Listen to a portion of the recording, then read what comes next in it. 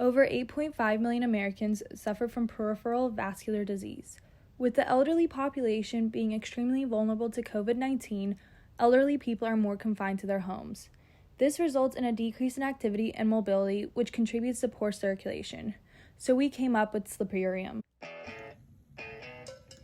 There are currently a few different state-of-the-art options available on the market. Some existing options include compression socks, Normatec technology, and these massaging heated slippers. However, each of these products are quite difficult to get on, are expensive, or require a cord, thus restricting mobility by the user.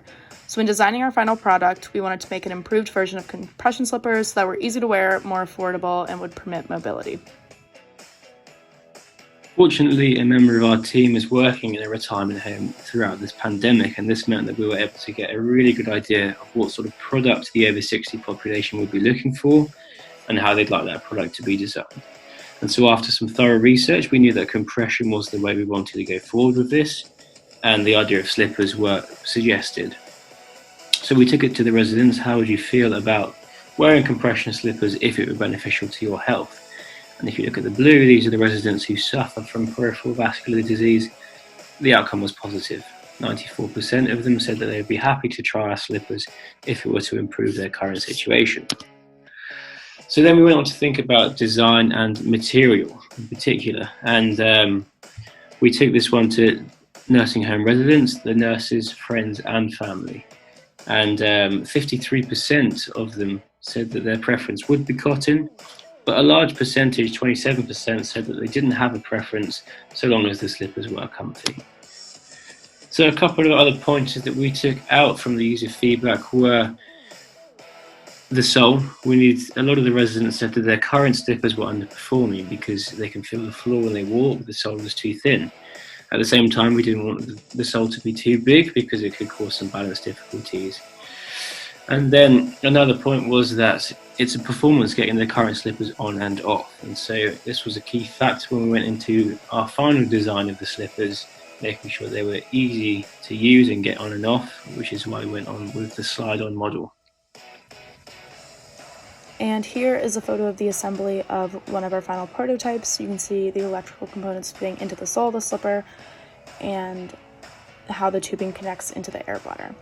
And then for the sake of sizing, you can also see a user wearing the slipper. So in these photos, you can see a breakdown of the electrical component of our slipper design. On the left is obviously when the circuit is not running and the air bladder is deflated, and then on the right, you can see the inflation of the air bladder. And in this video, for the sake of timing, we did a time lapse of this video, but in real time, the inflation process was about 68 seconds. In addition to our works like prototype, we also created a looks like prototype. In this prototype, we focused on the materials and how the whole design would come together. Based on our user feedback, we chose to use cotton fabric and also included foam to make a more comfortable surface for the sole. In this video, you can see a user wearing the slipper and how the slipper compresses the user's foot. We got some feedback from users on this prototype, and the shoe height was a concern for most users, since the additional 1.5 inches of the slipper height could provide balance issues in the elderly population. In the future, we would like to decrease the sole height by using smaller electrical components, since this was the reason the sole had to be so tall to begin with. We had positive feedback on the overall shape of the slipper, since they were easy to wear and did not require too much difficulty in putting them on. So after our testing, we summarized the results into this table comparing our benchmark testing of the state-of-the-art slippers versus our prototype.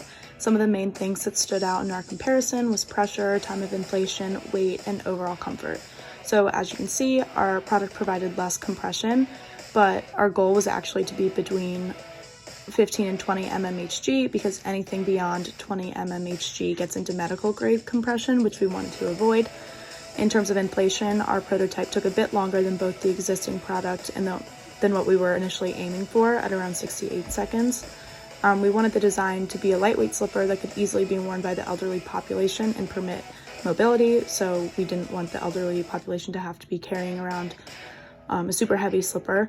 And both of our final prototypes ended up weighing 2.2 pounds, but most of this weight came from the sole, In our first prototype, the SLA printed sole weighed 1.6 pounds, so the bladder and electrical components only weighed around 0.6 pounds, which is promising for future designs because in the future we would ideally use a more comfortable and lightweight sole material, such as a material called sweet foam, which we'll touch on when we talk about sustainability. But in terms of comfort, our users reported that our second prototype was more comfortable than the existing product because our design was less restricting.